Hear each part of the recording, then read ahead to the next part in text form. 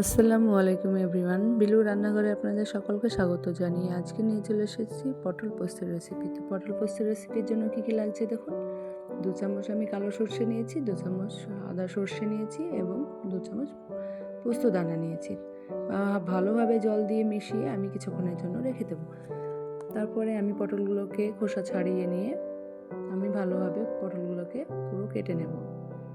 আপনারা চাইলে 2-8 ঘিন করেও করতে পারেন, 8 ঘিন করেও করতে পারেন। তো পটলগুলোকে আমি ভালোভাবে কেটে নিয়েছি এবং পটলগুলোকে ভালোভাবে জল ঝরিয়ে নিয়ে সর্ষের তেল এবং লবণ দিয়ে মাখিয়ে কিছুক্ষণের জন্য রেখে দেব। তারপরে আমি আদা এবং সর্ষে দানা আর কাঁচা লঙ্কা আর কিছুটা লবণ দিয়ে আমি পেস্ট বানিয়ে নেব একটা। দেখুন পেস্ট বানানো হয়ে গেছে। এদিকে আমি একটা ফ্রাইং প্যানে আমি পটলগুলোকে ভালোভাবে ভেজে নেব।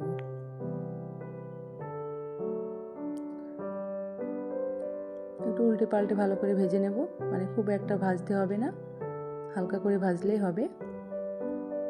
তো আমার পটলগুলো ভাজা হয়ে গেছে।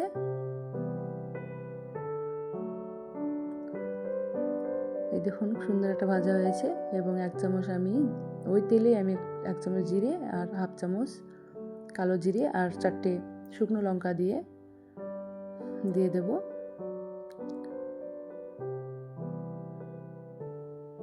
যে মশলা পেস্ট করে রেখেছিলাম, যে সর্ষে দানাগুলো, সেটা আমি দিয়ে দিলাম। অল্প উপকরণ লাগবে, বেশি কিছু লাগবে না।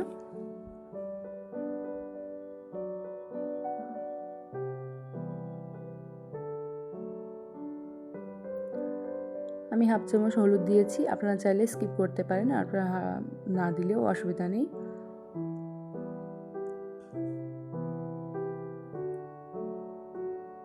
তারপরে যে বাটিটায় আমি মশলা বানিয়েছিলাম সেটা আমি ধুয়ে দিয়ে দিলাম।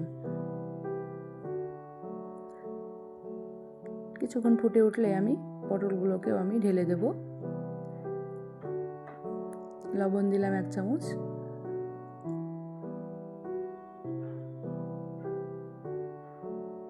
ফুটে উঠেছে, এবার আমি পটলগুলোকে ঢেলে দেব।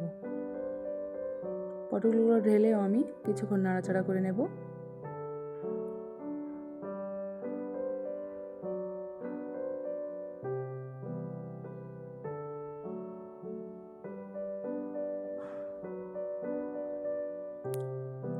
ওই মশলাতে ভালো একটু করে কষে নিতে হবে, জল দেওয়া যাবে না এখন। ভালোভাবে কষিয়ে নিয়ে তারপরে জল দিতে হবে। তো এখন আমার কষানো হচ্ছে। কষানো হয়ে গেছে, এবার আমি জল দিয়ে কিছুক্ষণের জন্য ঢাকা দিয়ে রেখে দেব। রেসিপিটা যদি আপনাদের পছন্দ হয় প্লিজ লাইক, কমেন্ট এবং শেয়ার করবেন এবং চ্যানেলটিকে সাবস্ক্রাইব করে আমার পাশেই থাকবেন। পাশে থেকে বেল আইকনটিকে প্রেস করে রাখবেন। আর নতুন বন্ধু হয়ে থাকেন প্লিজ সাবস্ক্রাইব করবেন। আর যারা আগেই সাবস্ক্রাইব করেছেন তাদেরকে অসংখ্য ধন্যবাদ। আজকে এই পর্যন্তই, আবার আসবো নতুন একটা রেসিপি নিয়ে।